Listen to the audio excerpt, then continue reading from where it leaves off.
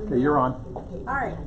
So I want to introduce Alysha McConnell. She is the Executive Director of Family Promise. This is a vital ministry that provides a lifeline for families that are experiencing transitional homelessness. She has over 15 years experience working with children and families in the nonprofit sector. And so we welcome her today to tell us more about this wonderful ministry. Alysha. Thank you, Miss Dale. Thank you, Miss Karen, and thank you. Thanks. I love it. It sounds always weird because I started at Family Promise as a case manager and moved into this role in August of last year. And I've been a case manager for the 20 years, only an executive director for a couple of months. But what's happened in that same time is what the work that we do and the mission that Family Promise has, which is to provide transitional housing and all the wraparound services that come with that for families experiencing homelessness. And I know you guys have been partners with us for a very long time, and June is actually your service month, and so that's the month that Living Springs provides meals, donations, basic care needs, essentials for our families, things that has been very important, even when we did camp and getting our kids ready for camp. They just got back last week. That was an experience. And they had a week overnight camp at Camp Impact, which is housed at Camp Cole out in Eastover. And when we first started, I don't know if you guys remember, we used to provide all of the things, 100 pillows, 100 bed sheets, all of the snacks.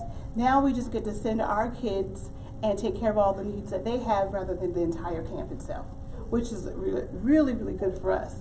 And you all were very essential in getting those items for our children, and this year was no different. So we sent them to camp. We had 8 kids at camp this year, and they had a fantastic time. I went 2 days, not just one this year.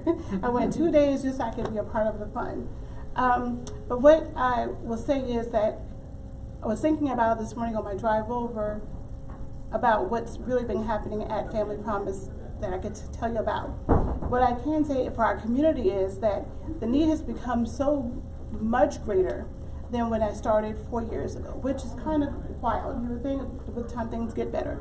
But what we found with affordability and all of the other things that are happening with families, that everyone's just kind of having a hard time. And so not everyone looks like the families that we used to provide for. Now it seems like we're experiencing a lot more 2-income households who are not necessarily homeless, but they have income. There are 2 incomes coming into the home, but they're having a challenging time making ends meet.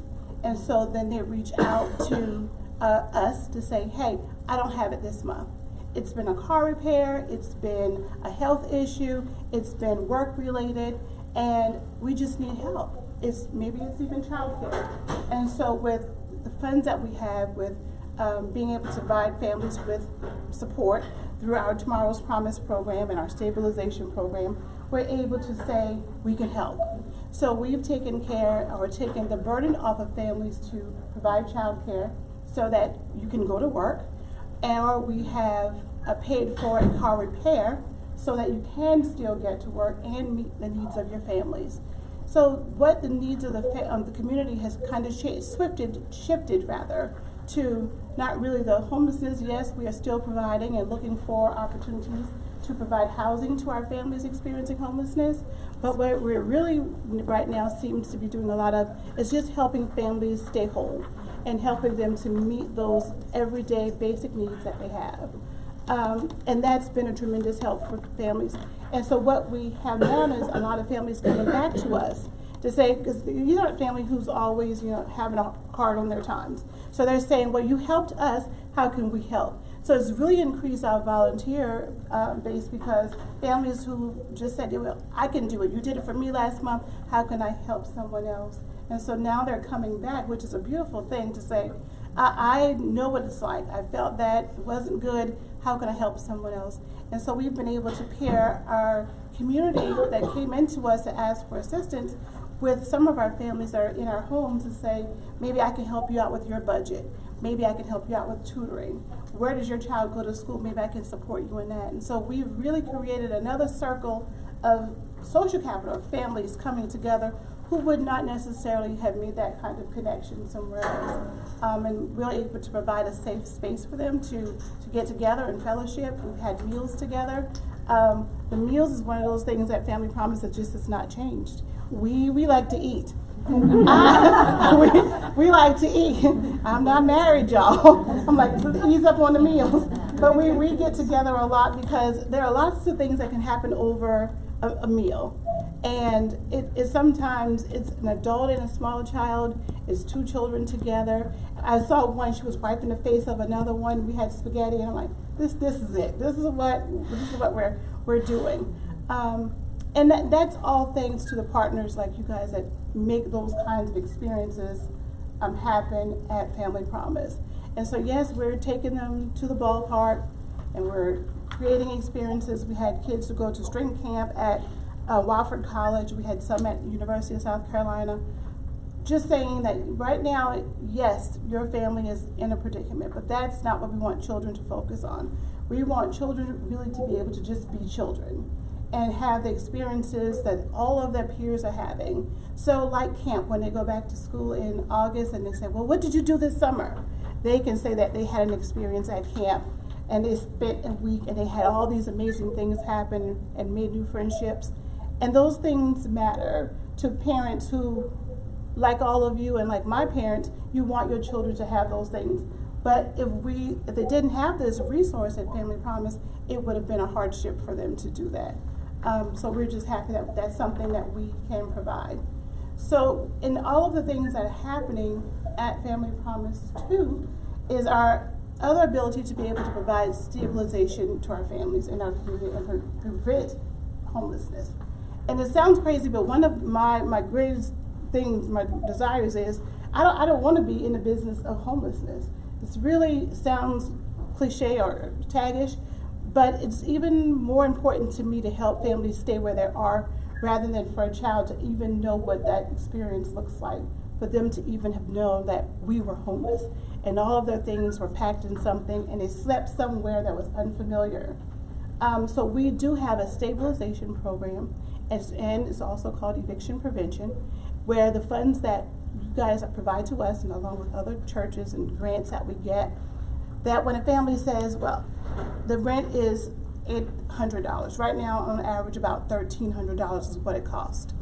But I don't have it. And they come to us before the eviction happens. We're able to help with the rent. Because, yes, you have the job. We can help you maintain that. We got the car care fixed. We got the child in child care. But when you don't, the math ain't mathing.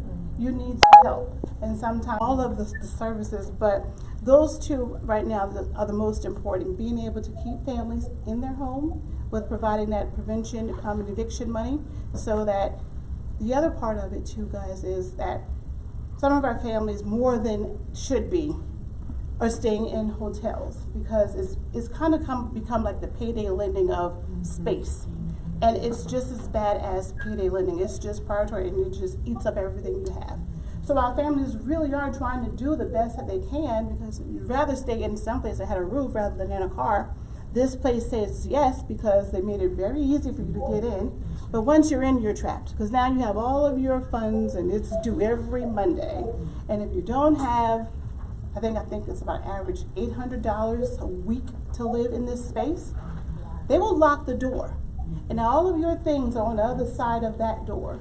Your birth certificates for your kids, all of your family pictures, because you probably ended up at the hotel because you got evicted. Now all of what you have left is in this small space.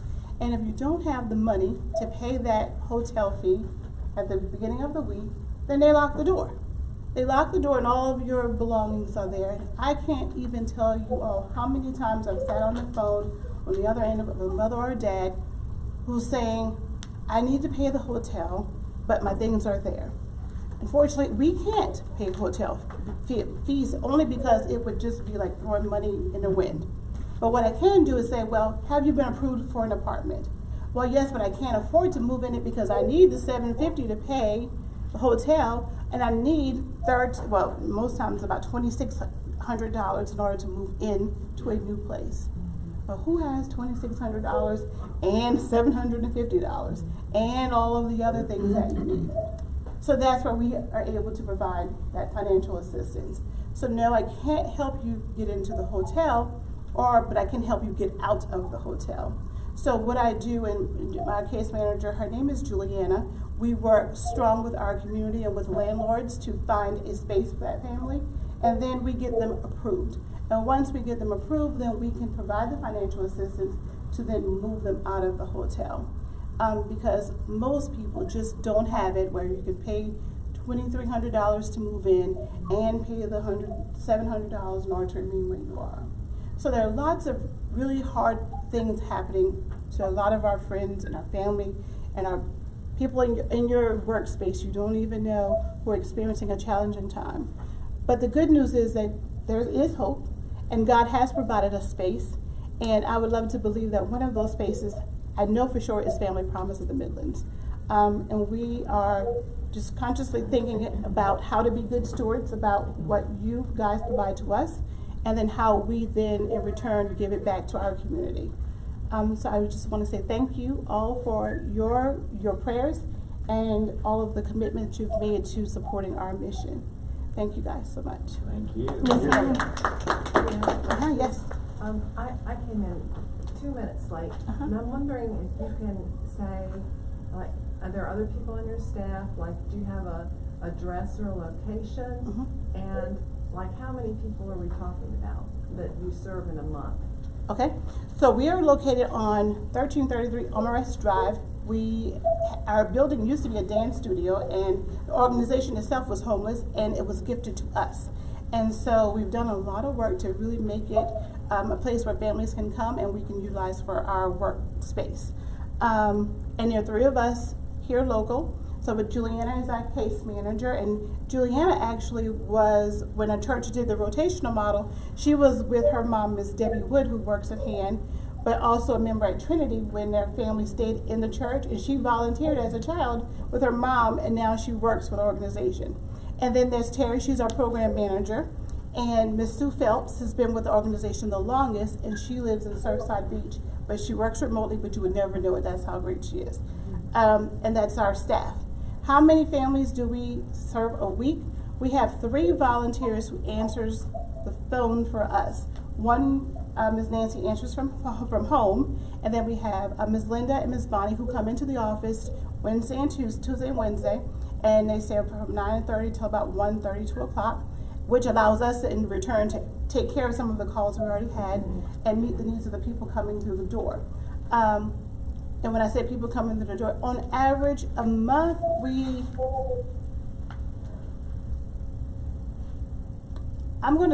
it sounds like a wild number, but the number really has to be around 75 to 80 people a month. That's what is happening. And it's not like every person gets a phone intake done, and then every person gets a phone call back, because we may not be able to house everyone. We may not be able to provide financial assistance to everyone, but what we can do is find other resources in the community to link you to.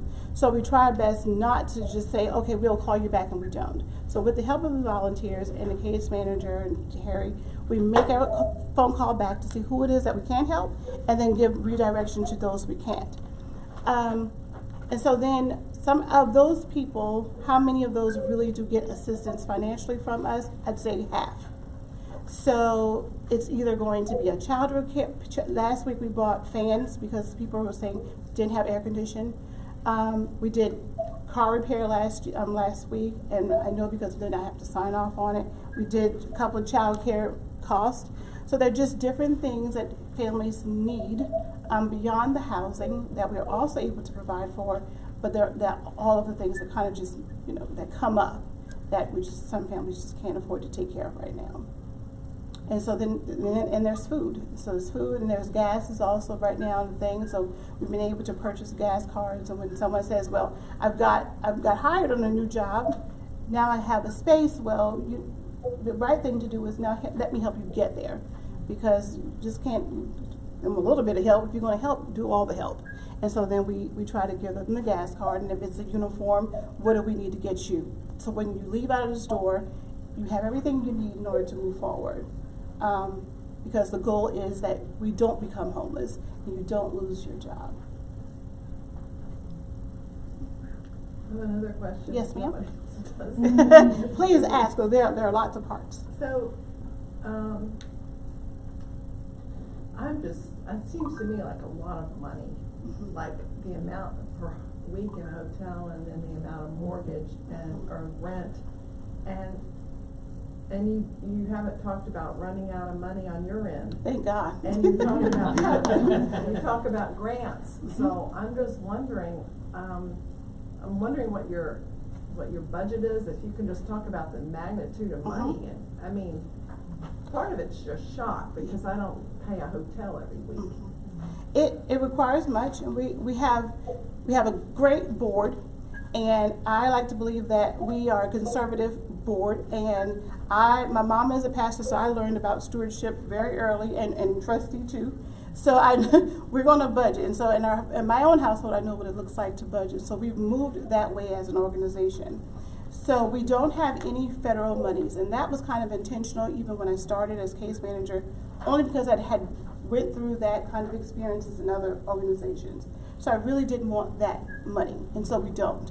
What we do have is partner churches, we have private donors, we have corporate sponsorships, and I write lots of grants. And I just go out wherever I can and say, this is what Family Promise needs, can you help us? And then that's what I'm really using to make it spread like two bread and 5 fish, and just make it work. And then God had really provided just that way. And so sometimes it's in the middle of the week and I'm looking at it and I'm like, whew. And then someone drops a check on us and I'm like, thank you God, because that's a door open. Or someone invites me to come into a space to talk about Family Promise, and then good things happen after that. Volunteers come, donations come, people come with their talents and their gifts. So there's just a number of ways in which we try to find different ways, and what do they call it, diverse funding, so that I can get all that we need in order to support the needs that we have. Yes, ma'am? Are the partner congregations, is it just a financial No. commitment? What other services do the partner congregations provide? So that is a list of there. I think we have 31 churches now that we partner with, and everyone's on their own level of what they're able to do. Some people can provide financially only. Some people do financial and meals during their month of service. Some people only can do essentials, and so that's what they do. Their church collects essentials for us maybe twice a year, or gifts at Christmas time for their kids, or maybe they can support camp experience. So everyone finds where they can fulfill a need, because based on what their church is able to do, and then that's how they're able to support us. So not all would love to give financially, and at some point we do receive some type of donation, but it's always at the level at which the church can give. May I ask, what does Living Springs, what is their? So Karen. Ms. Karen is your church coordinator. Every church has a coordinator that works directly with staff, me and Juliana and Beth and myself. Karen, the question was, what all does Living Springs do? So. Yeah, we are the support church. So the host church is Forest Lake Presbyterian, and there's two other support churches. So what we do is coordinate with Forest Lake, who is the host church, and decide, are we going to provide meals? Are we going to provide gift cards? Are we going to do an event? Like last year, we had May as our month of support, and we made up the bud vases because that we did for Mother's Day. So we took a Mother's Day vase and a bud vase over to Family Promise. So that was our sort of like event or activity. Other churches do like a visit to the zoo or some type of activity. I think, Alysha, that you said June, you're not doing any activities because of the some families moving in and some families moving out. Is that correct? That's correct. I am happy to announce that we had 2 families graduate from the program last week. So now we are vetting new families to move into our spaces. And so right now, for the month of June, there isn't really anything to do for the families that live in our guest program. So no, we won't have any activities this month. That's right, Ms. Karen. So what I am doing right now is getting all the things together. So for June, I think we agreed that Living Springs would provide a meal. So whatever families are in the program, the last week of June, Living Springs is going to provide the meal. That's right. So when it's meals, each family gets, because each family is in their own space. And so there's a meal prepared for each family. And so either the family picks it up, so Paris and her 3 kids live out at the McDaniel Melvin home, is in our home on Allen Street in Casey. And either when she gets off work, she works at White Knoll, and she'll either pick it up or we'll take it and put it in the house for her, so when she gets off from work, the meal is there. And so most of the churches do provide during their month of service. They split it up amongst the different churches, and they'll choose the 2 days of that week that they'll bring meals to this Opportunity Center, and then we get them to the families so that they have that. And so that's one less thing so that we can put it into the savings rather than spend to help us move out. So when you talk about the rotation program, is that something that's... No, our rotation program, we used to do rotation model before COVID. Okay. That's how we actually started Family Promise itself, was rotating throughout the churches. And then COVID happened, what the families did was when Sunday happened, families came and maybe you guys turned this space into an area Right. with the beds, and they would stay here during the course of the week. And then they would come back to the Opportunity Center on Saturday, do the laundry, do all the things, and get ready to go to a different church the next Sunday. Okay. So then COVID happened, shut that whole operation down. So then we had to decide then how were we going to provide services, because if any time then the need was even greater. So then we went to what we now call a static site model, which means we have the apartments that each family live in individually, but we still provide those services. And how we came to activities was, well, how connection was really made with our community was the churches, the families were in the church, you were doing meals together, people were spending the night, you created that experience. But then how do you still get the church to be able to have that engagement piece with our families? And that's how we got to, what else can we do in a month besides the meals? Maybe we could all go to Segra Park to hang out. Maybe we could all do a fellowship meal at the center together. Maybe we could all go to the movies together. And so we tried to come up with other creative ways where our volunteers could still have the ability to find ways to engage their families, which has really been a fantastic program. And it's opened up and created lots of opportunities beyond our space where people have made connection and learning how to take care of each other. It's been good. Yes, So how do you get a lot of your referrals? Is it like word of mouth? Do the schools kind of contact you? They know like a child and family is struggling? It's word of mouth. It's people who just walk up.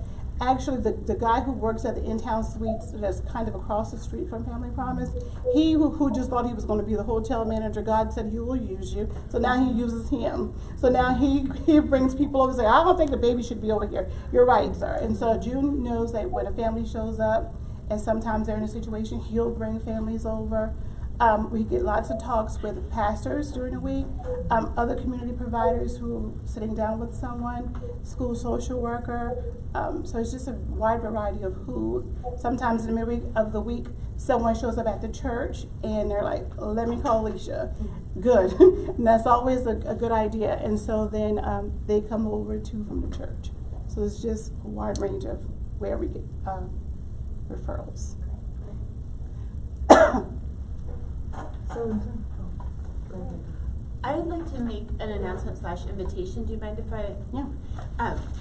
I haven't met you. I'm Deborah DePauli. I guess we met Jennifer's sister. That's honey. I'm sorry. My head is too full of names and faces. Lovely to see you. Okay, friends. So this whole housing thing has been the focus of with the agency that I work with for the last couple of years, we just keep hearing from families that it's not, we don't just need, like you're saying, a child care voucher. We don't just need food.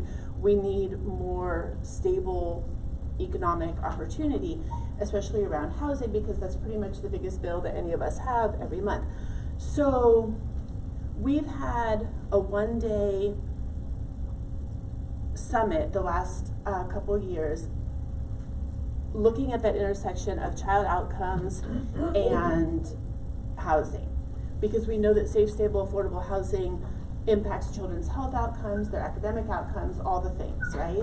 And so again, they go, oh great, here's your child care voucher, here's your SNAP, you know, wonderful, now I have some food and I can take my child to child care. Where am I supposed to sleep at night? So through that, we started working with a group of lawmakers, bipartisan, bicameral, at the State House, and we meet with them on a regular basis. Through that series of meetings, we decided to do some listening sessions this summer. So the first one is this coming Thursday, happening in North Charleston. The following Wednesday, the 24th, the one for the Midlands is going to be in Sumter. Then at the week after that, we're going to be in Florence, and in July, we're going to be in Greenville. So kind of like a town hall feel to it, or like any of you have ever maybe attended the Children's Committee hearings that the State House has every fall, where anyone from the public can come in, take the mic, talk for 2 minutes, and share their housing story. I think we have about 70 people signed up so far to attend the one in North Charleston next Thursday. And I've only a small percentage of them were like, oh yes, I'll speak at the microphone. So I've been calling people like, hey, I know you, this is awesome. Like one of my friends, Ridge, he's a teacher in North Charleston. And he's like, yeah, I'll attend, but I don't really need to speak because I have my apartment, yeah, I'm good. Ridge, baby boy, like you work with hundreds of children and you hear these stories every single day. I need you to show up and say, as a teacher in North Charleston, I know that housing is impacting children and families, blah, blah, blah. So literally every single person in this room has a housing story. Either we were blessed, I mean, my housing story is, I bought my house 19 years ago when it cost about half what it does now, so I can afford my mortgage. If I had to buy that same house in that same neighborhood today, that would be very prohibitive for me, right? So I would love for anyone who would like to attend. We're also inviting those who can't attend in person to submit written testimony. Over the summer, after the 4 listening sessions, we're hoping to have about 100 people in each. We're going to bring all this data.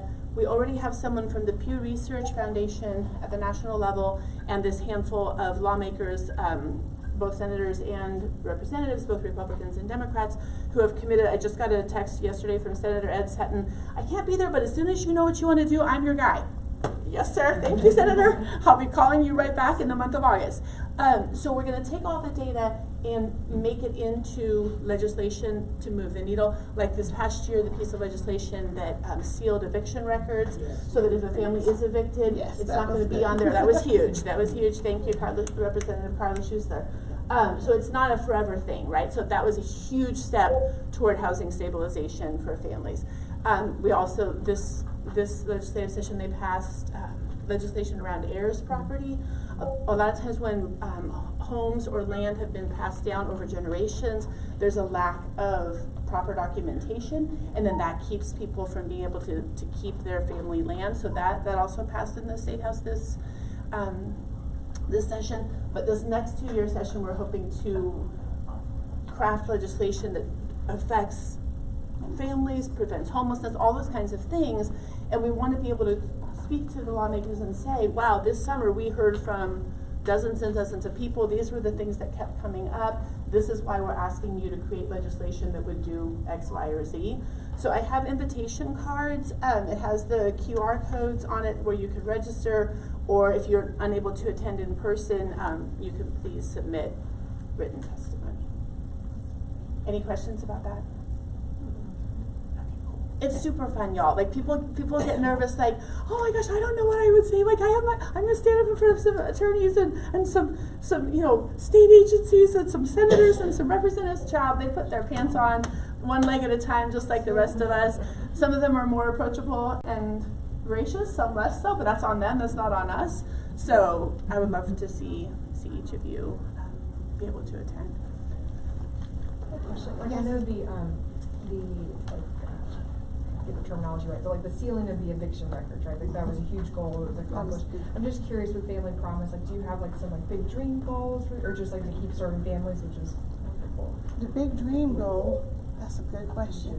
The big dream goal, I think, for right now, when I think about our strategic plan, is to increase our capacity, which means we can house more families, and then to be able to do more preventative things like the stabilization piece of it and preventing evictions. And so then we're just out looking for funds in order to increase that program so that we can just immediately, just from the door, just cut it off. That's the big goal. Are there any more questions? Yes, ma'am? So, I hear that, churches and individuals give, money, but do you, and when this list of partner congregations, is there, and it varies by size of the congregation, but do you start a year with a budget that you can count on getting this much from each church, or something like that, or? Yes, ma'am. So we have what we call a ministry menu. Your church has one, and on that menu it has a list of all of the things that you can choose from that your church would either think about wanting to do or does do. And with one of the line items on that sheet is financial support. And then your church is able to decide first what they're able to do, and then they bring that dollar amount back to us. And then, not that it's sure money, but we can put that on a space there in our budget, yes.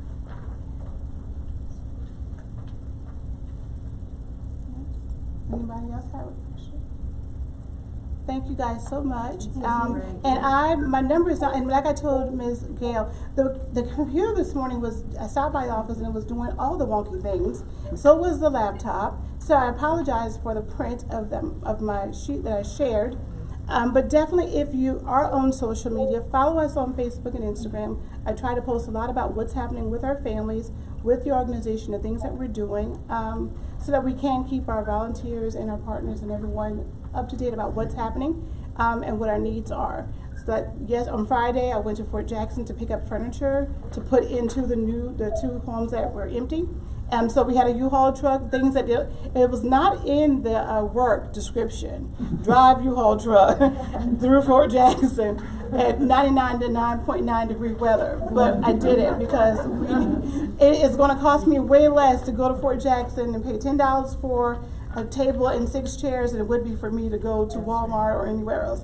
So get the U-Haul, let's go to, and that was a connection through a church. Pastor Willie called from Gill Creek and he was like, Alysha, did you hear about this? And I had not, but there was a surplus that Hilton Holiday Inn had on the base, and they got new furniture, and so they put some furniture in storage, and so the other furniture they were selling for like dirt cheap. So I'm like, okay, and so there was a list, and then the church gave us $250 to go and get the items that we needed. So that took care of fulfilling the need for both houses, because when a family moves out, they're able to take everything with them so that they don't go out and go to Walmart and buy all the new things. So everything, when the two families moved out, they took everything with them, and then we replenished the house with all the other stuff so that we get ready for the new family, so that when they move out, they can do the same thing. And our families too can stay with us for 6 months up to a year, and sometimes longer, depending on how their situation is at the end of the program. So we've had moms stay past the year mark simply because maybe she just got the best job and the savings is just getting right. So a few more months of support so that she is stable when she leaves out. We can certain that, so then we allow her to stay longer. Our families do, some of them who can and are working when they start our program, they do 30% of what their gross is, and we put it into a savings account for them. And when they leave our program, they get a check made out to them with that dollar amount. And so what that is in a whole lesson of itself in the financial literacy class about paying rent and consistency and just doing things on time and having a buy-in to their own life and their own plan. That's how that's going. So went to Fort Jackson, and so we do all the things. And I enjoy it, really. Anybody else? Yes, ma'am? When they do move out, how long do you stay in contact with them? Forever. On paper, it's called our Continuing the Promise program, and it says a year because we are one of 42 affiliates across the United States. But there is no way you can make a human connection with people in the way in which we do, and then be like, shh, it's a year holla. No way. So we have families come back all the time, even to just partner with other moms to share their story about what happened when they were in the program, what things are they doing now. So they become kind of like peer partners, mentoring their other women who are in the program, or dads, because we have dads in our program.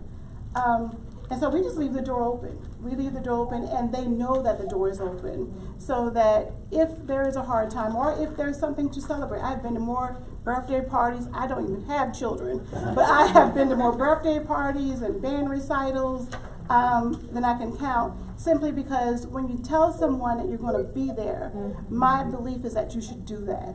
Your word is who you are. And so I said, when I sat down with them as case manager, and I said it when I became the executive director, that we're going to be there. I'm going to be there as much as I can, so that's what I do. And when they feel that and they know that and you build that trust, then you show up, and then it just amazes me how when you do that, the impact that you make on a person's life, and they start to show up for themselves, and they want to see, and they want to know that you care, and they want to come to tell you, I did this. And that's a huge thing, and I try to let our word be us, and so yes, we will come, and the door is open. And so, and if it's a meal, and you just stopped by and we were about to eat, we didn't even have you in our pot, but since you're here, go ahead and sit down. And so they stay for dinner. That's when you say family holds back. That's it.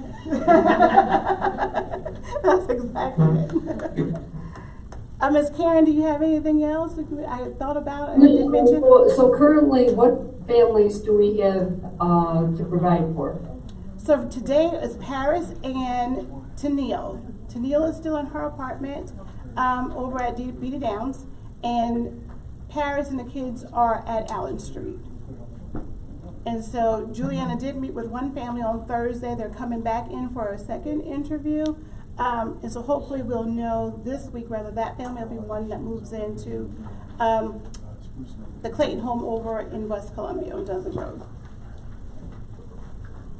So right now is mom and 3 kids and mom and 1 child.